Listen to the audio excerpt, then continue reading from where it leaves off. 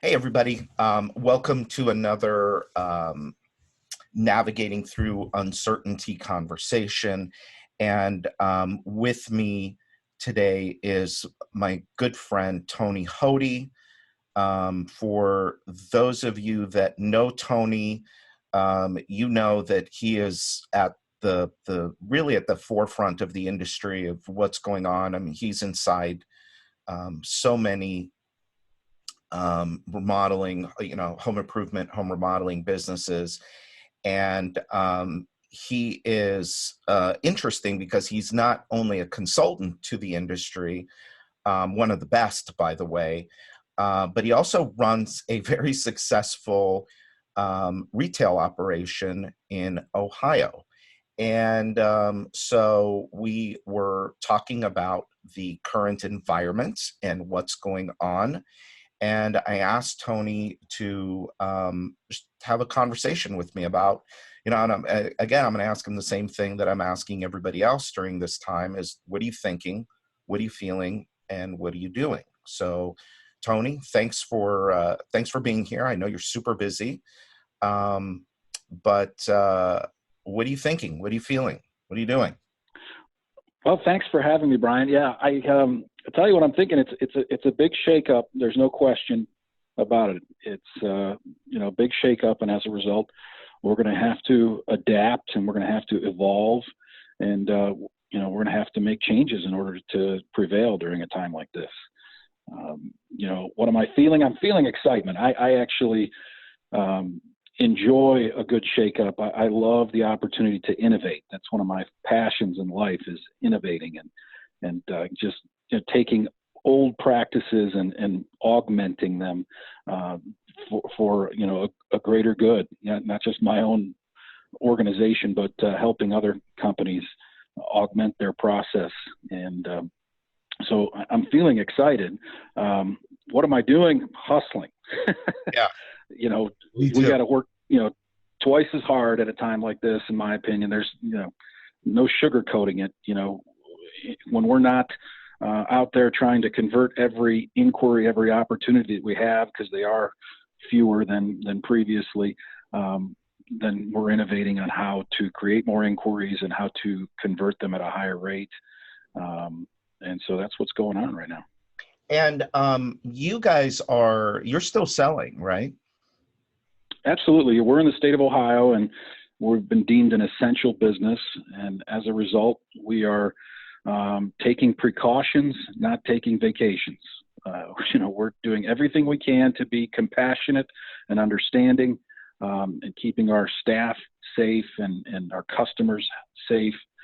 By the same token, we're out there doing business because, we need to survive and we need to prevail. What are you telling people that are concerned about having somebody come out to their house for either a presentation or for an installation? A lot of people are having issues. Well, let's, in fact, if we could two-part this question, Tony. One is, how are you dealing with the customer side of it? And then how are you dealing with the staff side of it? Like, are you having issues with your people not wanting to work or be concerned about working? So if you don't mind, hit the customer first and then the staff second. I think, whether or not to do a virtual demo or, push for the on-site in-person demonstration is kind of the million-dollar question right now. And I really believe that, that the virtual demo is almost like, the one-party appointment, or commonly referred to as the one-leg appointment. Should you or should you not, right? That's the big debate. And so in my opinion, the virtual appointment is the new one-party appointment. And what I mean by that is that it should be an absolute last resort. You should be prepared for it. You should have that option available, and you should be sharp on your process if you're going to perform a virtual appointment. You should offer it. By the same token, it should be the last resort. You still want to push to get into the home, to develop that relationship, to get eyes on the project so that you can, really, inspect and create urgency and all that kind of thing. What are we doing to make people feel comfortable? We are really laying out our process to them, making them understand that we are taking the temperature of our representatives, that we are sending them in rubber gloves with a surgical mask. We are disinfecting our samples in between each and every appointment. So we are taking measures to keep our staff safe and to keep our customers safe. And as a result, we feel a visit from our company is safer than a trip through the drive-through. And, if they're comfortable having us out, we're definitely going. Cool. Now, as far as our staff is concerned, luckily, I think you attract what you are and not what you want. And my work ethic in my drive to keep going is afforded me the luxury of having others around me that kind of feel the same way.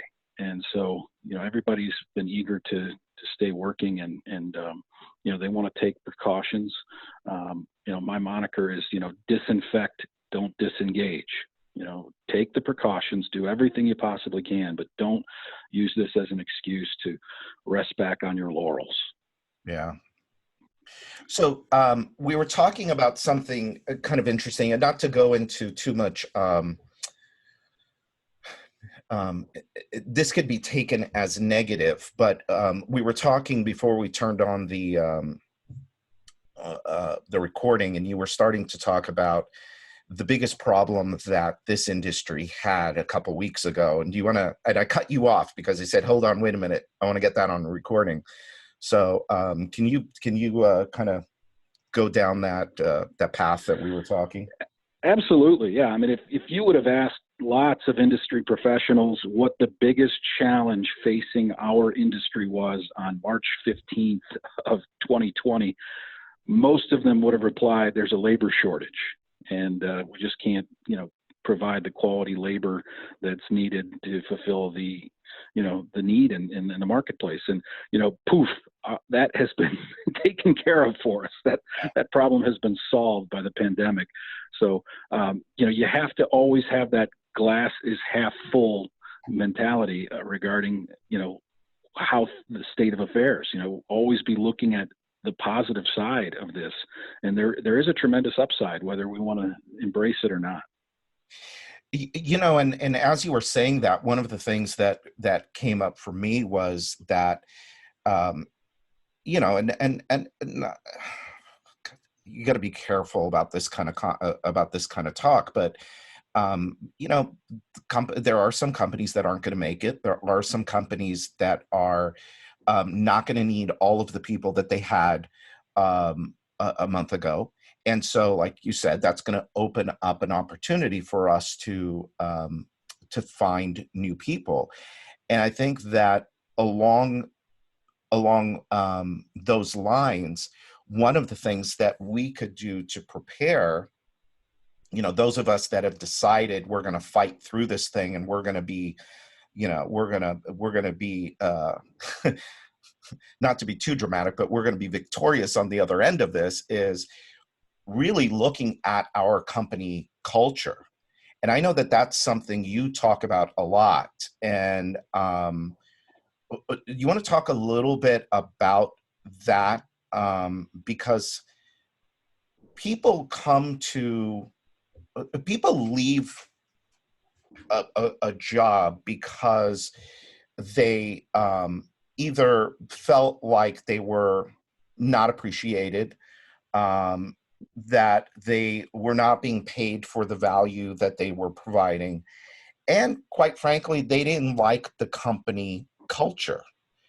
And right. So what are some things that people could be thinking about or actually doing during this month of April? And I think my personal opinion, and sorry to talk over you, Tony, but my personal opinion is, and we've started kind of our mantra is, we even started this thing, #SATA. If you go to the Wealthy Contractor at Facebook, you'll see it all over the place. It's #SATA, which means stay active through April. So you got to use this time to really look at all of your processes, to look at all of your systems, to look at your profit model, um, and come out of this on the other side a better company. And one of the areas that you could be very focused in on is culture. And so that's where I'll turn it over to you. What are some things that people should be looking at in terms of culture?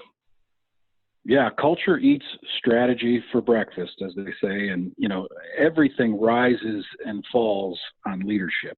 And so I think it's the job of the leaders of the organization, the executive team, to create the culture, create the environment that is, employee friendly. It's compassionate, it's empathetic, and in tune with their feelings, and making them feel healthy, safe, having group think, and having everybody provide their feedback on how they think we should handle things. And of course, as a leader, asking them to look at both sides of the equation, consider whether we should continue to operate business as usual, or whether we can, because it's business unusual, what adaptations we can make, and have them buy in to the changes, to the new innovations that we're making in our process. That way, they're a part of this, and it becomes a battle cry in the organization. And I think that really makes a great deal of difference in making them feel appreciated. It's not always compensation, right? Sometimes it's, again, making them feel safe, making them feel a part of, having buy-in in the process, getting their feedback and their input on any changes and innovations that are taking place at this time is a great way to give them ownership of their position with your organization. Yeah. Yeah. Good advice. Good advice. So, what are some of the other things, and then I'm going to let you go because I know you got a busy day, but, what are some of the other recommendations that you have for the home improvement business owner during these times to come out of this? I've been saying stronger, smarter, and wealthier. What are some of the things that some of the other things they could be looking at and doing? Well, one exercise that I really think is important is to, kind of, focus on those spheres of influence, what we can control and what we can't control. Obviously, there are certain things that we cannot control at the present time. We cannot control the pandemic. We cannot control the governor's ordinances or how the government chooses to, create guidelines and regulations at this time. However, what we can control is, how many phone calls we make, how many times, we attempt to contact our customers, how we innovate, how we look for opportunity. And I just think that there's so much on the upside that we're not considering, simply because we've been shaken by what's going on. But when one door closes, another opens. There's just going to be so much opportunity with reduced cost in advertising, and a lot of attention on the mailbox right now with stimulus checks and tax returns coming, and just all kinds of opportunities that will become available. And, we just have to keep our eyes peeled for that. And one great way to do that is to, constantly consider those spheres of influence, what I can control and what I can do to improve my situation, and, not focusing on what I can't control. Love it. Well, Tony, as always, you've always got a positive word. You've always got, great strategies, and real world stuff that companies can execute. And I always have appreciated that about you. And you always do come up with the coolest new stuff. And so thank you for that. Hey, let's quickly, before you go, tell us a little bit about what's going on with your event. I know you've got an event coming up in Baltimore. I am fortunate enough to be one of the speakers. What's going on with your event? I mean, I cannot wait to get on an airplane and travel, believe it or not. As I think a lot of other people are. When this shit's finally over, I'm doing two things. One, I'm going to either Fleming's or Morton's down the street, and I'm going to get a nice big fat steak, and I'm going to line up like 3 or 4 drinks in front of it. That's going to be number one. And then I'm going to go home, number two, and I'm going to plan a vacation. But number three is I'm probably going to go to your event. So what's going on? Where are we with that? Yeah, so at the present time, LeadCon is still on schedule. We are really optimistic and hopeful that it'll be just on the other side of the flattening of the curve with respect to infection rates, and we really believe, the social distancing will be kind of lifted, and we'll be able to get together there. So we're excited about that, and we really feel that the industry needs this event. We always have felt that way, but now that other events have been postponed and canceled indefinitely, it's just so important that we get together, that we network and share, and we want to keep the economy moving for the greater good at large, but keep our industry moving and give them much needed inspiration and education. So we're excited for that. The show must go on. How do people get tickets? So you can go to leadcon2020.com or visit, tonyhoty.com, and you can get tickets. And worst case scenario, if, the event were to get postponed, or if you weren't able to make it in person, there is a live stream option only available to those who have registered. So definitely giving people a number of choices to handle that. Okay. So it's LeadCon, LEADCON 2020, right? Correct. Okay. Yeah. And then is there an option there for them to choose a sponsor? Are you doing that? Yeah. There's an option for them to choose a sponsor, and that will give them a greatly reduced ticket cost by, selecting a sponsor to. So when you're there, select G4 Marketing and take advantage of that through G4 Marketing. All right. Thanks, everybody. Thanks, Tony. Thank you. Talk to y'all soon.